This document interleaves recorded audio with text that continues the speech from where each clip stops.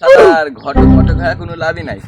একটা যদি বিয়াও দিতে পারিনি, বিয়া যদি দিতাম তুই একটা রোজা রমজানের দিন এটা ভালোই কাটতো। মেয়া যে বড় হইতাছে তোমার কি হুদাল আছে? মেয়ার কি বিয়া শাড়ি দেন না বড় হয়ে গেছে গা। ঘটক বানাও, পোলা মুলা দেহ।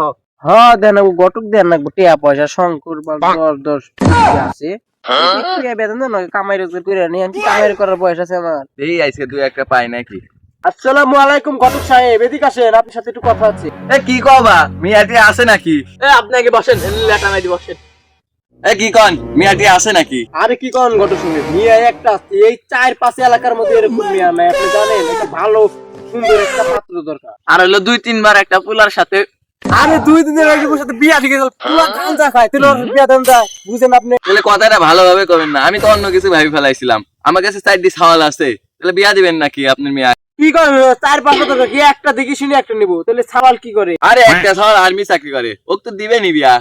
আর ওইসব আর্মি টার্মির সাথে মেয়া বিয়া দেওয়া যাবিলা। আরে আরেকটা আছে, ওইটা হলো পাইলট, জমি জাতির অভাব নাই, টাকা দেয় সোয়া থুই। আরে না, সব পাইলটের কাছে মেয়া দেন যাব না, কোন বিমান ফাইটা পইরা যাবো গা, কোন দা ওইসব মেয়া তো পইতে পাইয়া যাবো গা।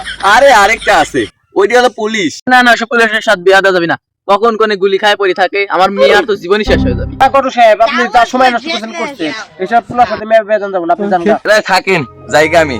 আরেকটা তো সওয়াল আছে, আর লেবুর বাগান আছে, ওটা তো দিবেনি না, এত ভালো সওয়াল দেখাইলাম।